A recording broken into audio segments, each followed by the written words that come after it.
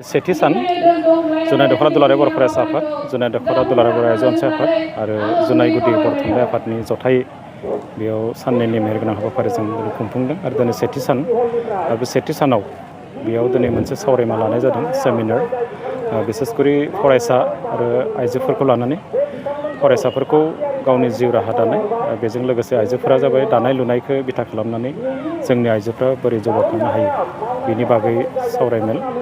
दा बेयाव गोबां बाथ्राफ्रा बेयाव बेरखांदों। दिनै धेमाजि जिल्लानि आइजोफ्राबो दानाय लुनायखौ बिथा खालामनानै दिनैसिमबो बेयाव संसार जानाय रायजो जानाय बे सोलिगासिनो दङ। नाथाय आङो बेयाव नायदों जाय आइजोफ्रा सेल्फ हेल्प ग्रुपनिफ्राय बाहागो लाफैदों आरो सरासनस्रा बिनि आइजोफ्रा बेयाव गोबाङानो बाहागो लाफैदों। बिथांमोनखौ गसंहोनाय जादोंमोन जे सोरनि न'आव बेसेबां इसानसालि दङ बा दानाय लुनाय बेसेबां सोलिदों। दा बेयाव आं नायदों बेयाव 10 आइजोफ्रासोल' गसंदों बेयाव गासै बेयाव जों नायदों फ्राय 500 आइजोफ्रा बेयाव बाहागो लाफैदों। बेखौ नायनानै नुदों जे हालोदा बारा मोजां नङा। खिन्थु बेयाव साफ्रोमबो आइजोआनो दख'ना गानदों आरो सासे आइजोआव दिनै जुदि बोसोरसेयाव जुदि 10 खानबो जुदि नांगौबा बा 6 खान जुदि नांगौबा बेसेबां जोङो आरनाय नांगौ, गामसा नांगौ बा दख'ना नांगौ जों बेखौ हमदांनो हायो। दा बे हिसाबै नैबे जिखि दानाय लुनाय बे दानाय लुनायखौ बेयाव जों जौगाखांहोनो थाखाय जोंनि बर' कसारि वेलफेयार अट'नमास काउन्सिलनिफ्राय जोङो जिखिनि थांखि लादों बेनि अनगायै आसाम सरकार भारत सरकारनि जिखिनि आसनि दङ बे आसनिफोरनि गेजेरजों बिथांमोनखौ माबा हेल्प खालामनो हायो नामा बे मोनसे पार्टखौ जों सावरायदों। बिनि अनगायैबो जोङो जाय आइजोफ्रा जाय उद्यमि आरो जाय एन्टारप्रेनर दङ जायफ्रानोखि एसे एफर्ड खालामनो हायो फाइनान्सियेलि जायफ्रा साउन्ड बिथांमोना प्राइभेट वाइजआव जाहाथे जोंनि दानाय लुनाय जि सेन्टार बा उइभिं सेन्टार बेखौ जाहाथे नैबे ओनसोलाव जों गायसननो हायो बेखौ बाथ्राखौ बेयाव रायखांनाय जादों। आरो गोबां आइजोफ्रानो दानो गोसो दङ आरो जोंनि काउन्सिलनिफ्राय आसाम स्किल डेभेलपमेन्ट मिशन आरो north eastern handicraft and handloom development corporation limited बिथांमोनजों जोङो मोनथाम जायगायाव जोङो ट्रेनिंनि बाथ्राखौ रायलायबाय थादों आरो बे गुवाहाटीनि बरसुक, गलाघाटनि जोंनि मेरापानि आरो धेमाजिनि जोंनि सानजारि नोगोर सिमेन्ट सापरियाव आरो दा बे मोननैयाव जागायगोन गलाघाट मेरापानि ओनसोलाव आरो नैबे जोंनि सिमेन्ट सापरि सानजारि नोगोराव अलमस्ट जोंनि जि जाकर्ड मेसिन दङ बे तातखाल बेखौ जोङो अर्डार होदों आरो बियो मथा मथि जोङो 20 जरा बेयाव नांगौ, गलाघाटआव 10 जरा आरो नैबेहाय 10 जरा। दा बे हिसाबै बे 18 खानसे रेडि जाबाय आरो बे गंनैया रेडि जाबानो गुवाहाटी दिल्लीनिफ्राय डनार मिनिस्ट्रिनिफ्राय बेयाव इन्सपेक्सन फैगोन आरो बे इन्सपेक्सना जोबखांनाय लोगो लोगो बेयो सेन्टारफोराव जोंनि जि ट्रेनिं बेखौ आसाम स्किल डेभेलपमेन्ट मिशन आरो north eastern handicraft and handloom development corporation limited बिथांमोना ट्रेनिंखौ जागायसिगोन। दा जों आसा खालामदों गिबियाव जोङो 6,000 आइजोफोरखौ टारगेट खालामदों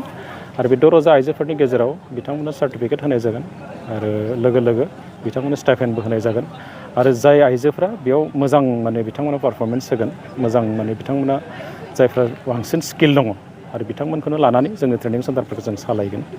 दा बेखिनिखौ जोङो हाबाफारि हिसाबै नायदों। दा जोंनि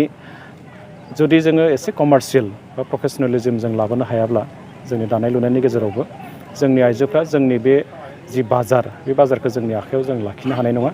आरो बाजारखौ जोंनि आखायाव लाखिनांगोन। मानोना जों दिनै नायदों क'क्राझारावनो जा, रङियावनो जा, बिजनियावनो जा बे दख'नानि बा जिनि जि डिस्ट्रिबिउटर बे गुबुन गुबुन माहारिफोरनि बे गुबुन हारिनि जायो। दा गतिके जों नायदों जे बे जिहेथु बिराद गिदिर मोनसे बाजार बे बाजारखौ जोंनि आखायाव लाखिनांगोन आरो बे बाजारखौ लाखिनांगौ जायोबा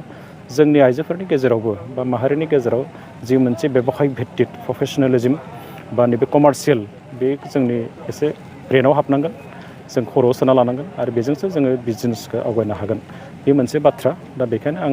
जोबोद गोसो गुदुं नुदों आइजोफोरखौ बिथांमोना गोसो फोरादों आरो बिनि अनगायैबो जोङो महिला सबलीकरन आइजोफोरखौ जौगाखांनायनि थाखाय वुमेन एम्पावारमेन्टनि थाखाय बिथांमोननि गेजेराव जों माखासे बाथ्राखौ रायलायदों। दानाय लुनायनि अनगायैबो सोरबाफोर फास्ट फुडआव मोजां मोनो बिथांमोनखौ फैनो खावलायदों, सोरबा बिउटिशियान जानो लुबैनाय फैनो खावलायदों, सोरबा पारामिलिटारि नार्सिं फैनो जायफ्रा गोसो आरो जायफ्रा काटिं निटिं एमब्रयडारि जायफ्रानोखि एसे मोजां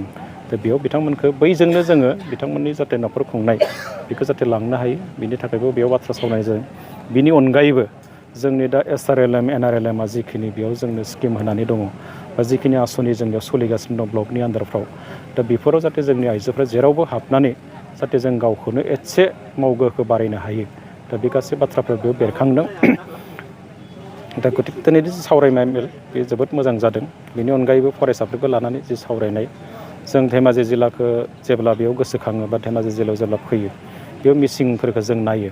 बिथांमोना जोबोद साखा-फारा फरायनायाव बिथांमोना जोबोद सिम्प्लिसिटि जोबोद सिम्पोल बिथांमोननि लिभिं स्टेन्डार्डआ खिन्थु थेवब्लाबो बिसोरखौ जों नायदों IAS IPS बा एनि सिभिल सार्भेन्टआव बा गुबुन गुबुन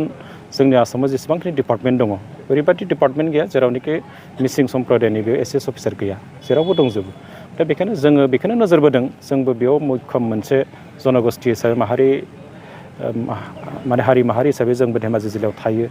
दा बेयाव मिसिंफोरजोंनो लोगोसे बेयाव जोङो थायो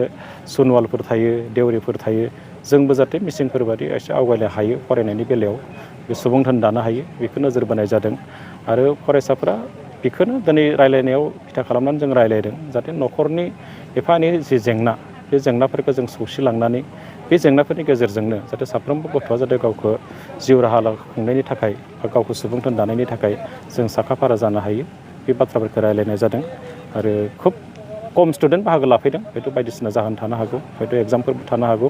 दा थेवबो जिखिनिया फैदों बिथांमोना गोसो गुदुङै बाहागो लादों आरो बिथांमोननि उज्जवल भबिष्यत जों कामना खालामदों। आं आसा खालामदों जे दुलाराय बर' फरायसा आफाद दुलाराय आइजो अनसाय आफाद आरो बर' थुनलाइ आफाद आरो बेयाव खौसेथि बर' सुबुं आफाद बे मोनब्रै आफादा जुदि बेयाव जों एसे गोसो गुदुङै जुदि खामानि मावोब्ला धेमाजि ओनसोलाव बा जुनाय ओनसोलाव गमामायैनो बेयाव फरायनायनि जि थासारि सोलोंथाइनि जि थासारि बेखौ दाफिननो हागोन आरो बे थासारिखौनो जोङो नोजोर बोनानै जोंनि सुबुं धोन सोरजिनायाव जों बयबो एसे गोसो फोरानांगोन आरो दिनै बे गासै बाथ्राया दिनैनि सावरायमेलाव बेफोरनो बेरखांजोबदों। गोजोन्थों।